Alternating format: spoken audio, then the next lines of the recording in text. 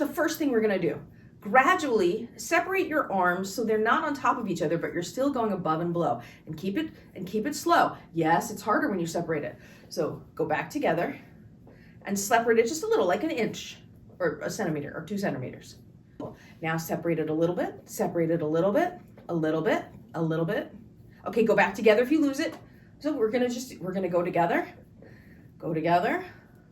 keep it slow, slow it down, slow it down, slow it down. Now separate it, separate it, separate it a little bit, little bit, little bit, little bit, separate it, separate it, separate it. So above, below, above, below, above, below. Now move your arm out while you're doing it. And now move it back in.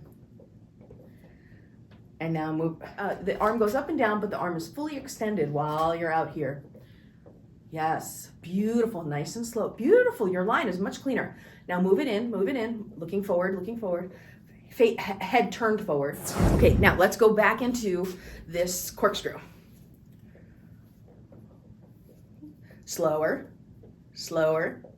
Okay, now we're gonna separate it just a little bit. So I just want you to pop your hand over a little and then go back. Pop it over a little and then go back. As I demonstrated popping it over quickly, pop it over, hold it, and then go back. Hold it, and then go back. Hold it, and then go back. Hold it, and then go back. Slow, keep it slow, keep it slow, keep it slow.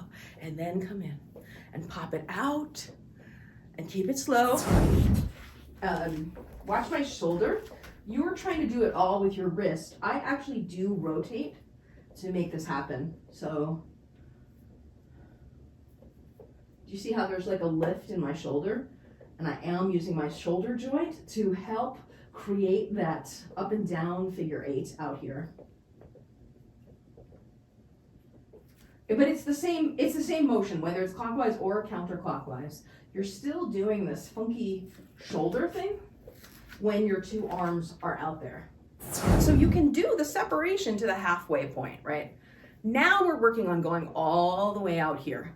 I think this is substantially harder than this for a beginner because you haven't really, first of all, it takes an arm strength up in here to hold your arm there and be able to drill it, first of all. Second of all, it takes a level of control to be able to get this funky torquing of the shoulders and the wrists and the elbows.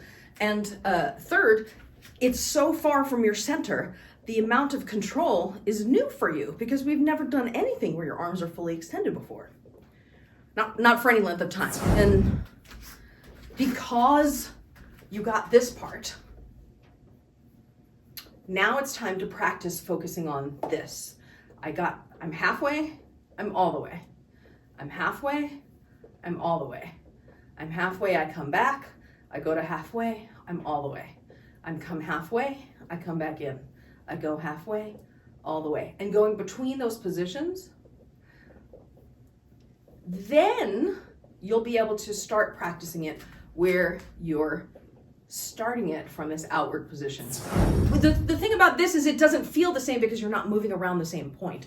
This feels much more like this than this does because these two are not, the 2 poi are independent of each other and there's no relationship between them like this.